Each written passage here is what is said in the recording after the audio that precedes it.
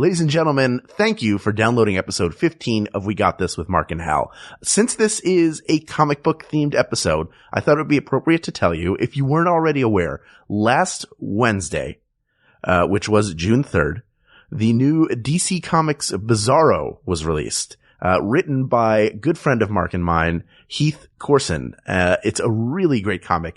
It's been getting great reviews across the board. So if you haven't had a chance to go to your local comic shop and pick one up, I suggest you do it. Or if you want to go, to wherever you read your DC comics online, do that. But support the comic and support Heath Corson, and support good work in the comics industry. We really appreciate it. Speaking of comics, have you read the Beyond Belief and Sparks Nevada comic books put out by Masters Ben Acker and Ben Blacker? You can get those in comic book shops too. Multiple issues by this point, with more issues on the way. Those are put up by Image, and they are also available online, and in many comic book shops.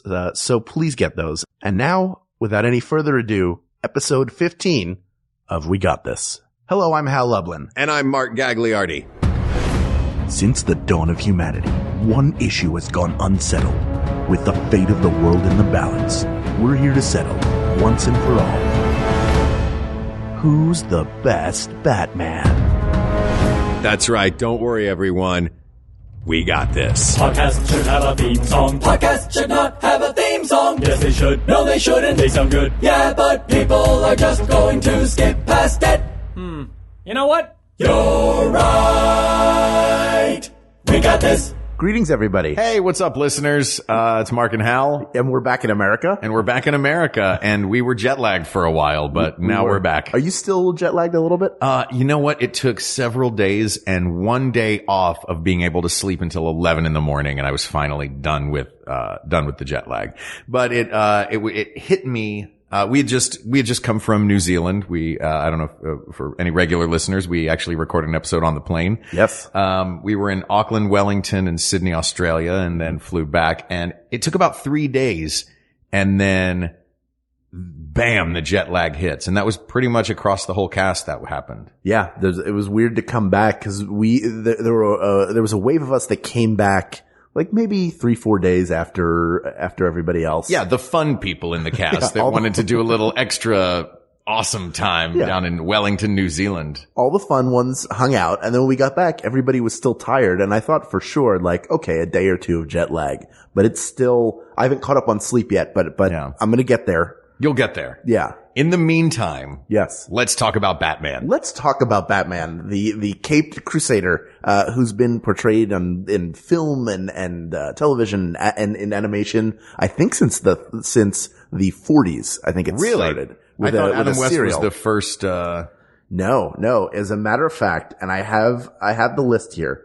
There was a serial that was made in the 40s. So the first Batman that I have on my list here is Lewis Wilson. You know, I do remember this now that you're mentioning it. It was a black and white serial. Yes, and his ears sort of poked out to the sides. He looked more like Catman than Batman. Yeah. I would like to say in this episode, let's keep it strictly to actors who have portrayed Batman. And not versions of him in the comic books. Sure. Though I will say the original Batman, carried a submachine gun. Yes, that's right. Which he had is a gun for a while. Fantastic. Yes, and he had a holster on his utility belt. Mm-hmm. So that Batman, not afraid to kill. But we're here to settle. There have been so many different actors to play this part, and I think a lot of people have their favorites. Yes, of course. So we're here to settle an argument that was actually suggested to us by Uri Kelman, who is a coworker of mine at Swagbucks. Cool. Thanks, Uri. I've known him for 5 years, and he listens to our podcast every week. And every day he comes up to me and asks when we're going to do one of the topics he suggested. So Uri, it's time to shut up. Yeah, you're really bothering Hal in his cubicle. Yeah, it's enough. My cubicle is a sacred place. It's sacrosanct. Filled with toys. I've seen Hal's cubicle. It looks like Josh Baskin's house from Big. Well, that's just because I have a trampoline and a bunk bed. Yeah, and it's weird that you can even get work done with that toy piano under your feet the whole time. Well, the music is calming. Oh. Dun, dun, dun, dun, dun, dun, I play chopsticks for 8 hours a day. How have I not been murdered by everybody in the workplace? Oh, Lord. I don't know. For other reasons than that, I'm sure. Yeah, that's right. I provide value, people. So let's talk about Batman. But yes. We'll start with him. not going to be on our short list. I assume. Yeah, we're probably gonna eliminate the people who played him in those serials, although they did a good job. Those are early incarnations. To be honest, everybody who's played Batman has done a serviceable job, especially in the voiceover area. I feel like that's an area where we're gonna sort of cut large swaths of people away. And this has nothing to do with how talented they are. But, there's really, I'm going to say there's one person who I'm going to pull out from the animated world. And that's Kevin Conroy, who probably has played Batman more than any other actor. Absolutely. So he did the animated series. He has said more words as Batman than any other actor has. Yeah. Regardless who has seen more of a particular Batman. And I will say we will immediately eliminate any Batman that has not aired yet. Sure. There are other actors set to play Batman. They have not aired yet, so we will not talk about them. Some of whom we like very much. Yes. Would probably be the runaway favorite. Absolutely. But it's unreleased. And I'm also going to remove myself because the superhero I play is much cooler than Batman. Which so superhero it's not is even that? Fair. It's Philip Fathom, the deep sea detective. I'm not Hold familiar. for applause. There it is. See, those crickets love Philip Fathom. Okay. No, Philip Fathom is great. Come on, Hal. Yes, the underwater Batman. So we're going to eliminate that as well. Should we go chronologically? Let's do that. Okay. So we'll start with Adam West. Oh, Adam West is up there. Adam West to me he defined a version of Batman that is so much fun at a time when Batman was a comic book for kids. Yes, absolutely. Yeah, he was right in the heart of Silver Age. That series I think was like 66, 67, and maybe 68. I think that's it ran for a brief moment. Yeah, like but a 2 or 3 glorious years. moment. But I remember super it campy. Every Saturday morning it was on in my hometown. They would play it every Saturday morning, and I would love to watch the old episodes with it holds Egghead up. And Vincent Price's Egghead. Oh, Vincent Price's Egghead. Batman, I'm coming after you. that's why Vincent Price. I feel like that one was. I mean, it's the campy Batman. Were the comic books at that time? Again, I'm not a huge comic book guy. Were the comic books at that time as campy as the television series was? As campy, no, but definitely, like you said, Batman was a comic for kids then. In the Silver Age, the DC characters in particular, a lot of them had relaunched and they were much more softened. So, he wasn't the dark, brooding character. He could have been, for all intents and purposes, any other superhero that DC had at that time.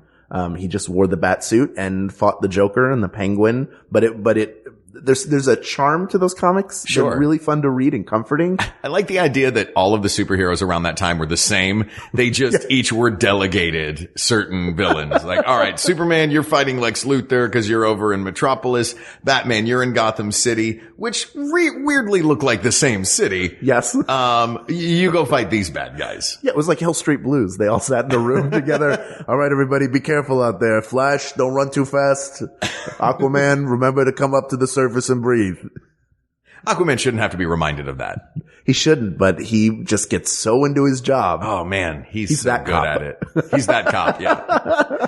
So we have to go, look, Barry, we got our guy already. Lay off him. No, I need more information. I gotta get Sheila back. So the show did reflect in a certain way the comic, but it also was like, it's so 60s. And it's a great, honestly, that performance is, I think, an underrated performance. Adam West is not a bad actor. No. He's not like William Shatner. He's not in that mold. Well, he knows that what he is doing is campy. I feel like William Shatner never quite realized that he was the butt of jokes. Yes. Until and later. For the Star Trek fans, I'm not saying that William Shatner was bad as Captain Kirk. No, of course not. But, Adam West had there was a certain wink to it that wasn't obvious. His wink was hidden inside as an actor who's doing a good job saying ridiculous things. Yes. When he asks in the Batman movie, which was a brilliant Batman movie, the one that they made back in the 60s with all of the television actors. Yeah. When he asks for the shark repellent bat spray, you really believe that Batman needs his shark repellent bat spray Because he has a terrifying styrofoam shark attached to his leg. Just like in real life, he plays it to the hilt. And when he's running around with that giant turn of the century bomb with a wick and is trying to dispose of it, you feel his sense of urgency. Yeah. But he does, like, it's hard to do camp because a lot of the times the mistake you can make is going overboard with it instead of playing it straight. Commenting on it while you're doing it. Yeah, which he doesn't do at all. No, and he is an excellent Batman. He is. So then let's fast forward. How far? We're going to fast forward. 2019. Yeah, the year's 2019. The replicants have Haley taken Joel over. Osment is playing Batman. And he's doing a great job. He got in shape. Sure. He gets it. He gets it. He's a great actor. We've already seen that since he was a child. Oh, yeah. He did that movie with those two old men.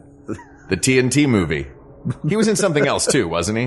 The TNT movie? Yeah. The one with the lions? Yeah, Secondhand lions? Secondhand lions. With Michael Caine and another old person. Robert Duvall, maybe? Oh, he and Michael Caine are going to team back up.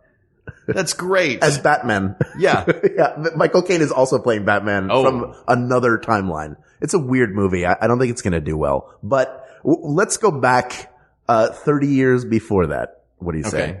1989. 1989. Ooh, can I guess which one you're talking about? Go ahead and guess. Mark? Is it Michael Keaton? It's Michael Keaton. Oh, what a great Batman. He was, here's the thing. I love him as Bruce Wayne. Mm-hmm. I don't know that I love him as Batman. Really? Because he's Mr. Mom.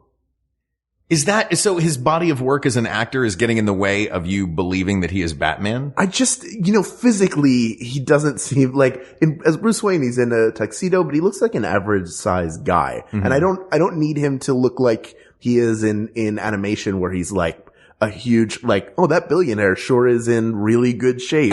But I didn't buy physically that he'd be Batman. Like, the suit is obviously fake musculature. Sure. I have one of those that I wear under my clothes. Yeah, of course. Yeah. And you look buff. Thanks, man. But I know it's not real. It's Spanx with some socks that I glued to them.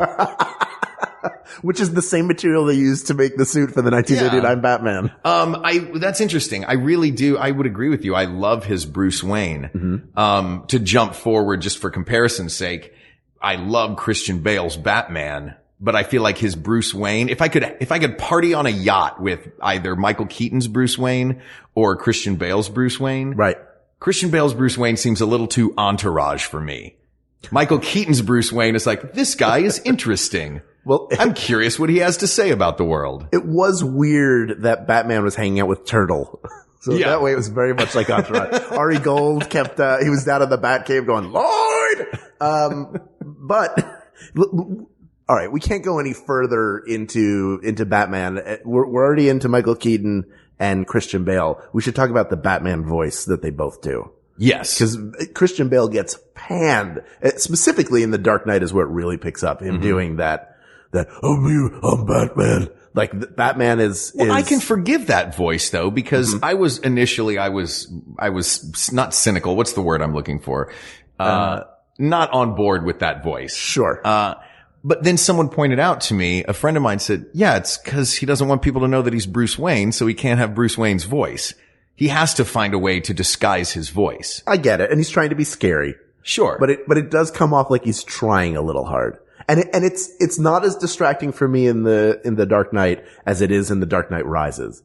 Because by then it just feels like, he knows, he just doesn't care. Like, come on. Sure. Dude, take a breath. I know how hard it is. It's horrifying ghost Garrison Keillor at that point. Like Wobegon. That also is a great impression, that breathing of, we took a tour when we were in New Zealand. We went to Hobbiton and we went to the Waitomo glowworm caves, and we got, enough of us chipped in on this tour that we were able to get our own bus. And our bus driver had a mic that he would use to speak with us. Mm-hmm. And this is what it sounded like when he would talk. He would get on and go,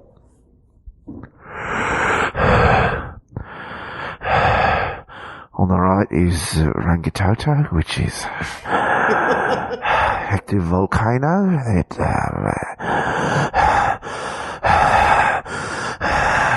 The call is coming from inside the bus. That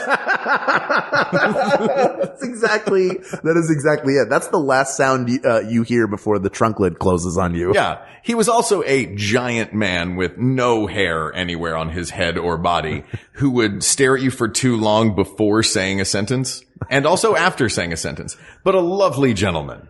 A really nice guy. Just had his idiosyncrasies. Yes, absolutely. And his terrifying idiosyncrasies. At one point, he pulled the bus over in a residential zone. And didn't say anything, just got he might have said like, excuse me for a moment. And he got off the bus and then 3 minutes later got on the bus and then we left and nobody spoke of it. There was no description of what he was off to. He could be a Batman villain. I do feel like that bus got a little heavier. Like while he was off the bus, I felt the weight in the cargo hold drop a little bit, and then he got back on the bus and never mentioned it and just kept going. Yeah, it was really weird. And also, he had like a residue on his hands. Yeah. I thought he maybe had put on some powdered gloves because he just doesn't like being in nature, but sure. Who knows? Yeah. We'll never know what it is. We're not Batman. No. We can't be the detectives of this. Maybe he's a Batman villain and maybe he is a Batman. Of the Long Island Batmans? Oh, I love the Batmans. What a family.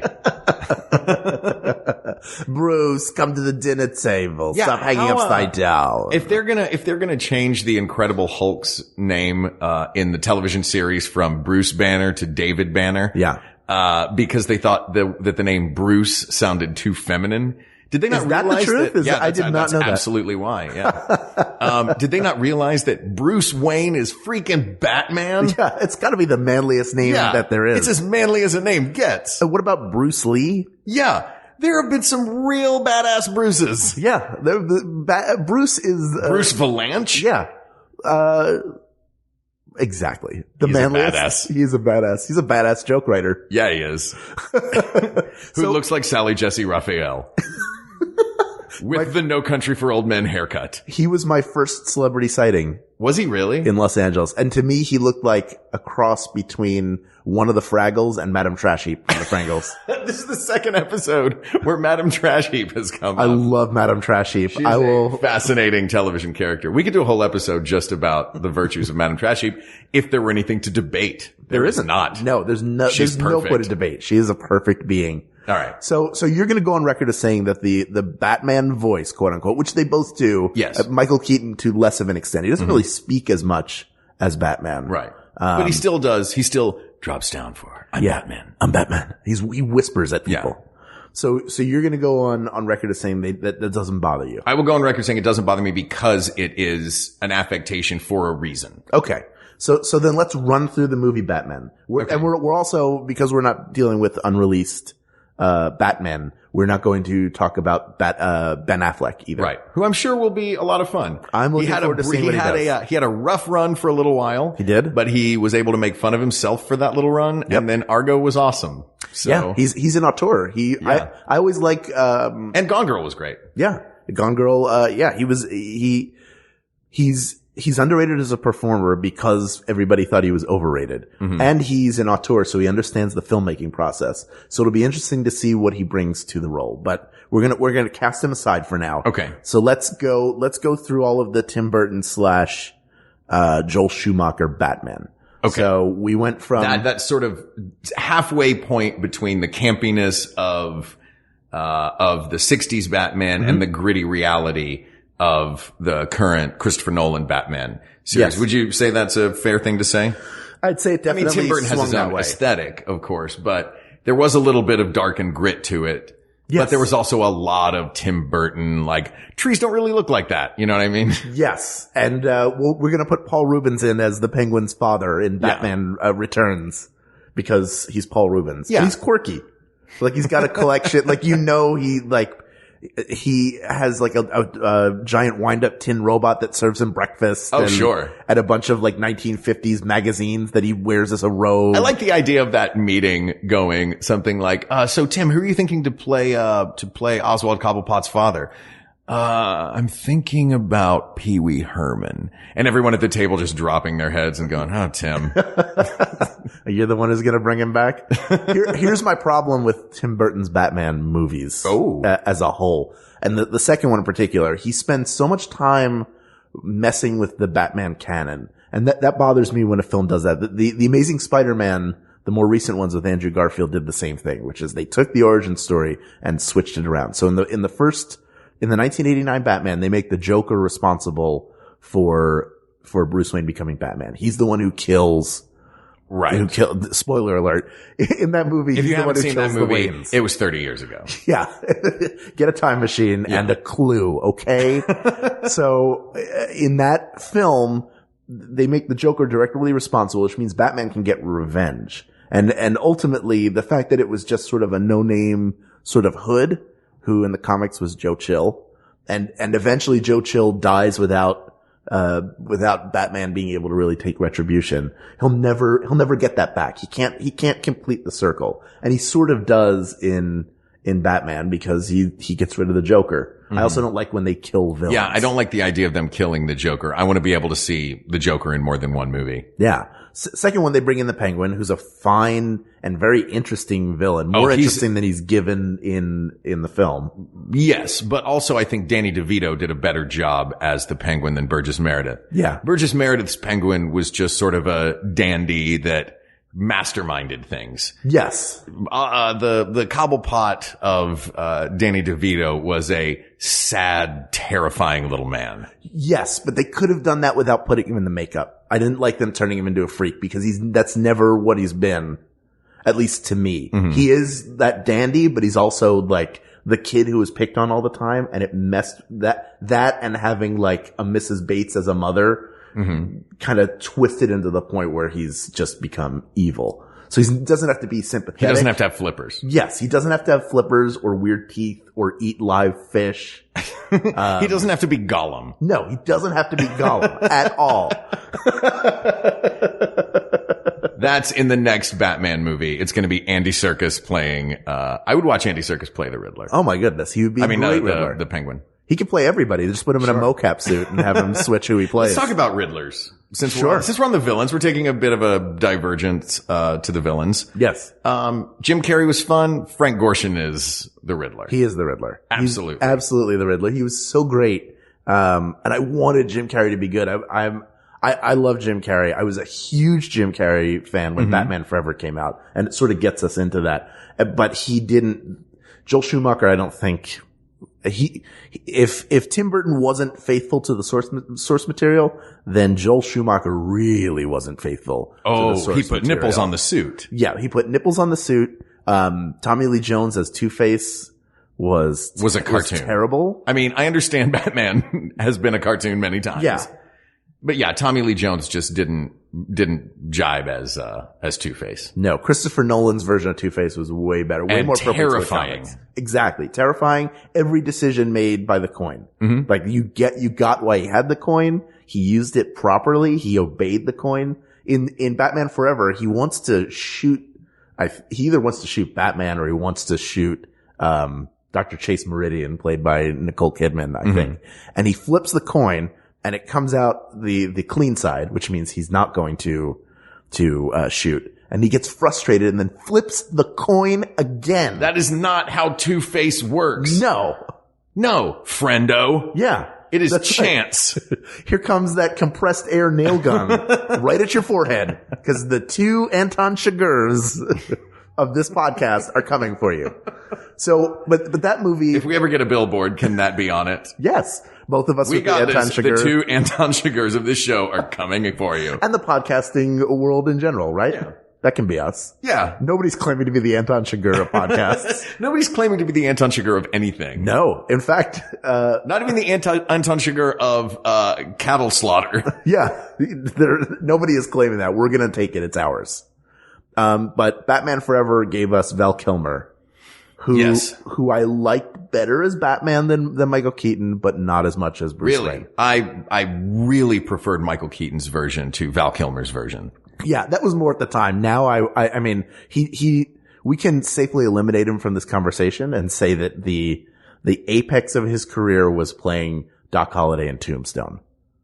Yes. If you've not seen it, watch it. He was great on his way up, though. Nick Rivers in Top Secret is one of the great comedy characters. Brilliant. Real Genius, another great comedy. The thing about Nick Rivers that I loved was the same thing I loved about Adam West, in that he played it completely straight. Yes. He played it as if he was Elvis in a spy caper. Yeah. There, at no point did he telegraph that it was a comedy. And that's what happens when you get a really good actor. That's why Leslie Nielsen was so good at the Airplane movies and Naked Gun, Police Squad. If you look at his career, up until Airplane, he had done all dramas. He was a dramatic actor. He happened to be like a funny guy. Yeah.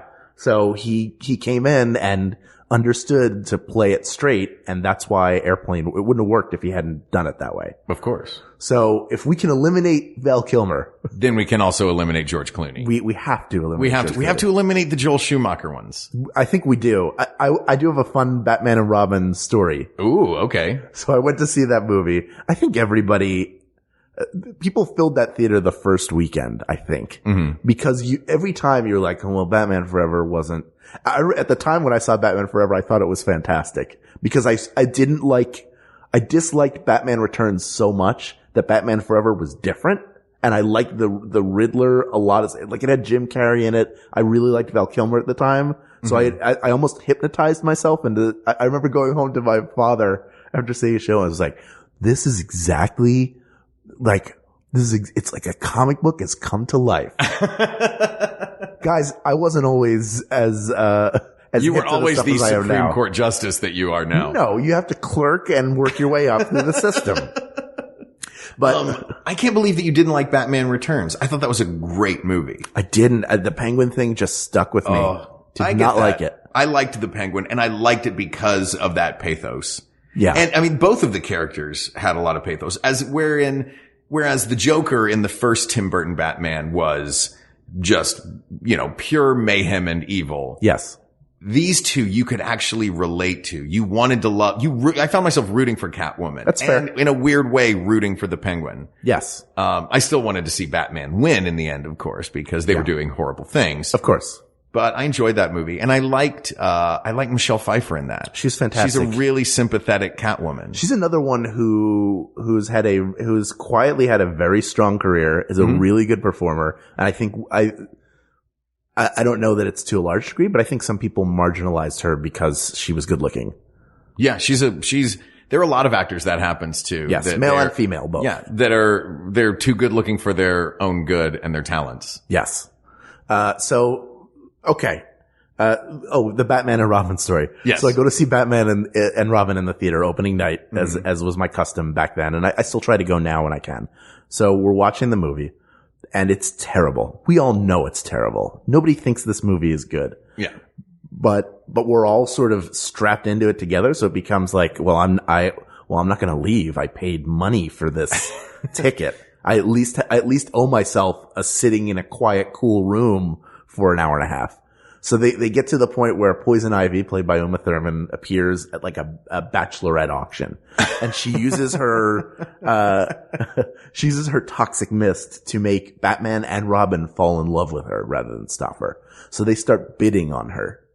Like $1 million, $2 million, $3 million. And then Batman says some crazy amount and pulls out, an American Express card with the bat symbol on it. At which point I hear over my right shoulder, "I'm out of here." And a guy stands up and walks out of the theater. That whole thing was that was the straw that broke the camel's back. There had to be psychology students up in the projector booth going like, all right, at 35 minutes, subject said, "I'm out of here," and stood up and exited the theater. Like, they just most surprising is that everyone else stayed through the rest of the movie. There was a moment of like, should we go? Maybe we should all go. But I really was like, I'm going to finish this out. Have you walked out of movies before? I've walked out of one movie in my life. Really? What movie was it? It was the 1991 Sylvester Stallone, John Landis collaboration, Oscar. Really? Yes. You just couldn't handle it. It was so bad. I was 14 years old. I went with some friends of mine who I'm still friends with to this day. We walked out together. It was so bad.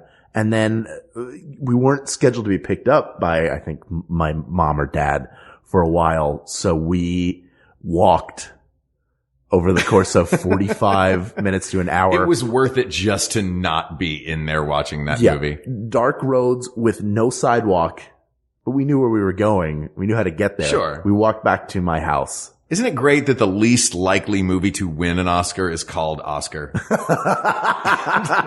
It should have just, the poster should have just been the Ghostbusters round circle with a line through Over it. The word Oscar. Yes, exactly.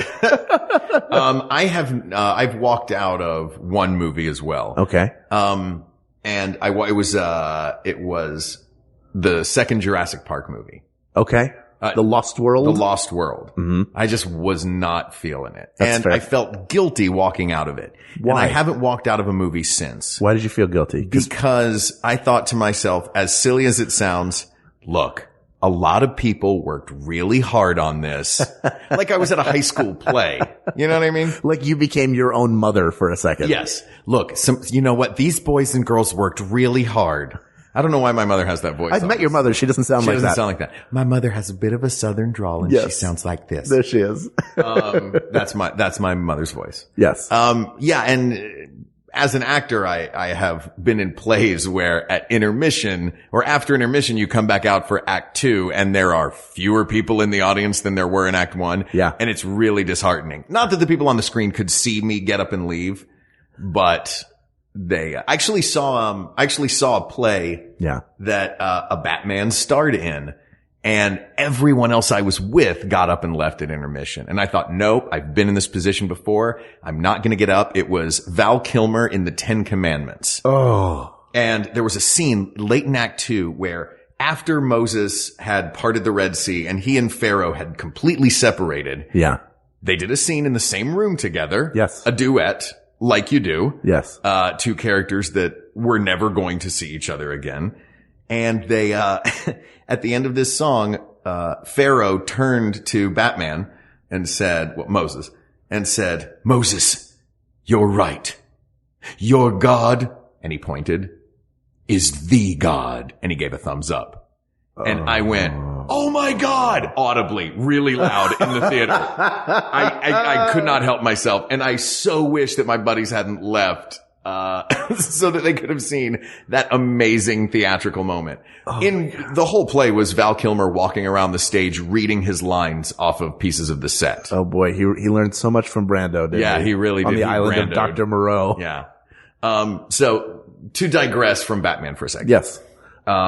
Now to get back to Batman. Yes, let's get to So Christian Bale. we've eliminated the Joel Schumacher Batman. Yes. For nipples alone.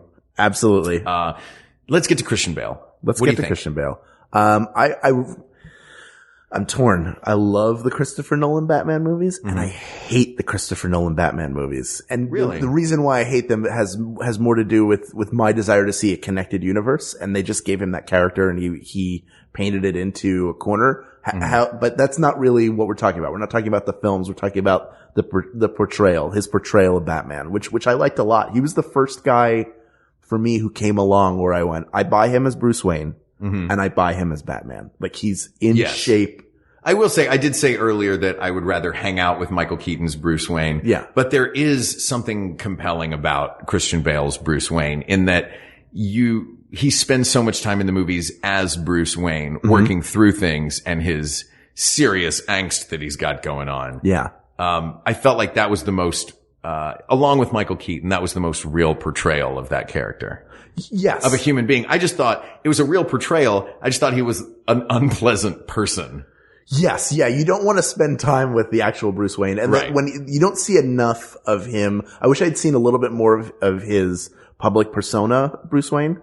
So like the Playboy stuff that he had to put on, because when he does it, it's hilarious. Him buying the restaurant, in the Dark Knight, I think it's in the Dark Knight. Yeah. He crashes his Lamborghini and pretends he was trying to make a light. He's asleep during the board meetings. Like he presents his Bruce Wayne as a screw up instead of like he's a Playboy screw up. Right. Which is fun. Yeah, which is fun. So I like that. And his Batman is pretty decent. Voice, not even voice aside. The voice is part of it. He made a choice. He stuck with it. It either works for you or it doesn't. Okay. I think. It worked for me. It didn't bother me. So then I think right now let's call it a 4-horse race. Okay. And we haven't talked about one of the horses. Adam West, Michael Keaton, Christian Bale, and the voice of Batman. Yes. Kevin Conroy. I will say, there have been some great voice actors that have played Batman. Absolutely great voice actors. Dietrich Bader was good. Dietrich Bader was great. Jeremy Sisto did Batman, I think once or twice and was very good. So everybody who's done it has done a very good job as Batman. But you have Kevin Conroy, who has a very unique gravelly, like he just sounds like Batman talking. If you watch John DiMaggio's documentary, yes. I Know That Voice, which is a fantastic and fascinating documentary that I suggest you watch immediately. If only for the Ed Asner introduction moment. Yes. After you watch this movie, you will know what I'm talking about. Yes, please watch it. But when Kevin Conroy speaks, you listen to him and go, I'm Kevin Conroy. Yeah. Are we talking about voiceover jobs? Exactly, yeah. Oh, weird. He's like, I remember it was after September 11th and I was at a food shelter. And you're like, Batman was at a food shelter? I can't, like he just, and to look at him, because he's a voice actor, he doesn't have to look like Batman. No, he can look like an accountant. But you close your eyes and Batman is right in front of you. Talk about the difference between his Bruce Wayne and Batman, how he differentiates. It's really subtle. Mm-hmm. It's just a little bit darker because he already has that voice. He's a little bit lighter when he's Bruce Wayne. And then when he's Batman, he goes to the dark part of his voice, but he's not putting it on. So it's almost like I would say that his portrayal of Bruce Wayne / Batman is on par with Christopher Reeve's portrayal of Clark Kent and Superman in the Superman motion picture and Superman 2. Yeah, but in those movies, I don't buy that people wouldn't recognize Superman and Clark Kent as the same person in the same way that right. I don't know that I buy that people wouldn't recognize the voice of Batman being the voice of Bruce Wayne. I would urge you, we don't have time to do it now, obviously. I would urge you to go back and watch Superman the motion picture again. Mm-hmm. And you'll see that there's no way to ever fully believe it, but Christopher Reeve is playing two distinct characters and it's so well done. That's true. It's slightly like he has a stutter as Clark Kent. So the Bruce Wayne stuff is like, he's just a regular guy and this is his voice. And then when he becomes Batman, the darker part of him comes out. Mm-hmm. So it works. You just buy it. And you have the visuals. He's putting that performance on without the benefit of being able to see what he's doing. He's obviously, any voice actor throws themselves physically into what they're doing. But can you give all the credit for his Batman portrayal then to him? Because it's tough. It's tough. He's fighting an uphill battle, as the only voice actor in this 4-horse race. Yes. Because we've never seen his eyes as Batman. No. We've never seen what his face is doing. We've never seen him physically command presence as Batman. All of that is done by animators and to varying degrees of success. Sure. The voice it's undeniable that the voice is successful, but is the artistry that is, that voice is coming out of, is that, because you're crafting a whole Batman. You're crafting a whole picture. I agree. Between the art and the actor. Yes. Whereas the other three are responsible for the entirety of Batman. Well, aside from the costume. Aside from the costume and how it's lit and the general aesthetic. So we have 4 very different Batmen, one completely drawn. Then if you were going by looks alone, you probably would have to go with Christian Bale. Probably the best Batsuit. He has the chiseled jaw. He looks like Batman. Adam West's great performance had a paunch. Yeah. And a satin suit. So did not look like Batman like you would expect. No one would be scared of Adam West if he showed up in a parking garage while you were doing a drug deal. Yeah.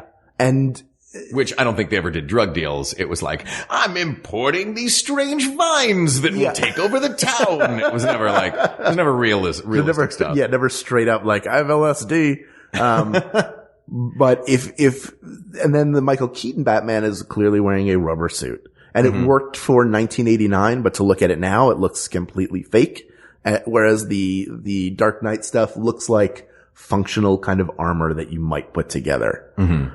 So, if you're a super genius, you would know how to mix chainmail and classic armor techniques with new polymers and, you know. Yeah. You see them in Batman Begins source the suit out. They figure out how to do it. And then he works with Lucius Fox, to sort of make the armor better and figure out how to, so the brilliant Morgan Freeman. The brilliant Morgan Freeman. I remember the first time I ever met Bruce Wayne. He crawled through 8 miles of stinking bat. But so visually they're all different. Visually, Christian Bale wins. Yes. However, close your eyes and tell me who's Batman. Just hearing them each speak. I still go with Michael Keaton. You go with Michael Keaton as Batman. Yeah. You think his Bruce Wayne and Batman is better than Kevin Conroy's? Are you? Oh, that was what you were aiming for with you were going for just the voice. I want you to imagine just how they sound. I just did I close my eyes. And I picture think them. Batman, and which Batman do I think? Oh no, that was I'm just giving you a different way to look at it. All right. So we're taking away all the production design, all the art. We're going just on the, and you know, a lot of them when they have the Batman suit on, you can't really see what they're doing with their eyes. True. They have black makeup over Yeah, there. they just sort of stand there, not able to move their necks, except for Adam West because he's got a satin suit. Sure. Which one of them, if you hear them, and performance wise too, not just the timbre of their voice, which one do you buy as Batman? I feel like you want me to say Kevin Conroy. I feel like it's the only answer. There's so many great Batmans. I feel like Kevin Conroy is the Batman. Yes. Is it Batman's or Batman? I think it's Batsman. Oh, like attorneys general? Yeah. Okay. That seems correct. I think Kevin Conroy is the quintessential, is the best Batman in the best version of Batman that's ever been done. Okay. That sounds definitive to me. Do you agree though?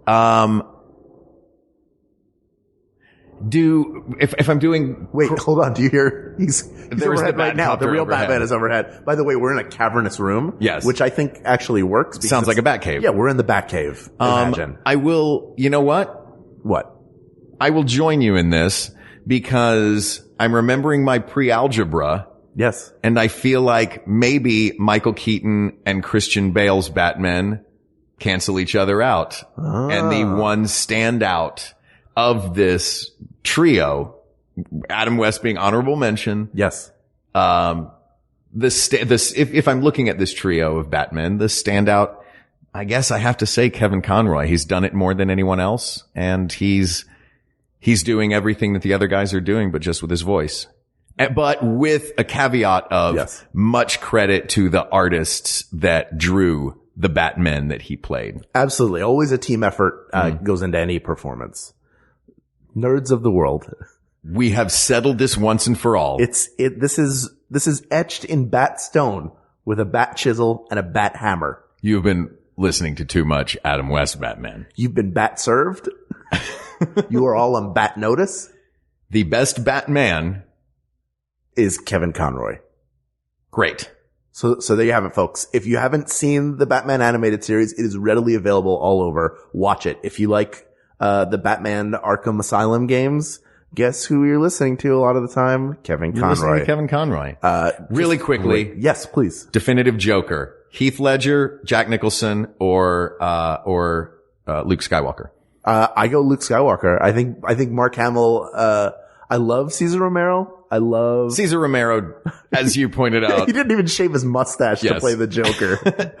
he can't Jack really Nicholson had a lot of fun. Had a lot of fun doing it. Yeah. You and I disagree on this one, but that's not what this episode is about. I love As an Heath actor, Ledger's Joker. I am fascinated by Heath Ledger's Joker. The only Joker that ever won an Oscar. Yes. Great portrayal. Fantastic portrayal. Best part of that movie. That movie sometimes falls apart upon repeat watching, but he's always crisp and fantastic. There's something iconic about what Mark Hamill did as the Joker.